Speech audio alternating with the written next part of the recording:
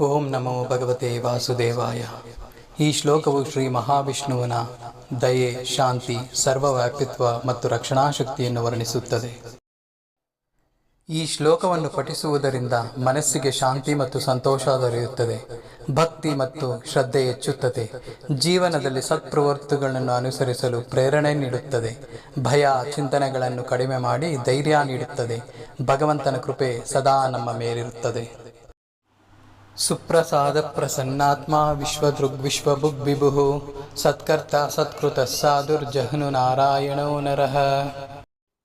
ಸುಪ್ರಸಾದ ಅತ್ಯಂತ ಕರುಣೆಯುಳ್ಳವನು, ಪ್ರಸನ್ನಾತ್ಮ ಸದಾ ಸಂತೋಷ ಸ್ವಭಾವಿಯು, ವಿಶ್ವದೃಕ್ ಸಮಸ್ತ ಜಗತ್ತನ್ನು ಧರಿಸುವವನು, ವಿಶ್ವಭುಗ್ ವಿಶ್ವವನ್ನು ಅನುಭವಿಸುವವನು, ವಿಭುಃ ಸರ್ವವ್ಯಾಪಿ, ಸತ್ಕರ್ತ ಸತ್ಪ್ರವೃತ್ತಿಗಳನ್ನು ಮಾಡುವವನು, ಸತ್ಕೃತಃ ಎಲ್ಲರಿಂದ ಗೌರವಿಸಲ್ಪಡುವವನು, ಸಾಧು ಸಜ್ಜನ ಸ್ವಭಾವಿಯು, ಜಹ್ನುಹು ಸಮಸ್ತ ಲೋಕವನ್ನು ತನ್ನೊಳಗೆ ಒಳಗೊಳ್ಳುವ ಶಕ್ತಿ ಹೊಂದಿರುವವನು, ನಾರಾಯಣ ಎಲ್ಲ ಜೀವಿಗಳ ಆಶ್ರಯ, ನರಹ ಜೀವಿಗಳ ರೂಪದಲ್ಲಿಯೂ ಇರುವವನು.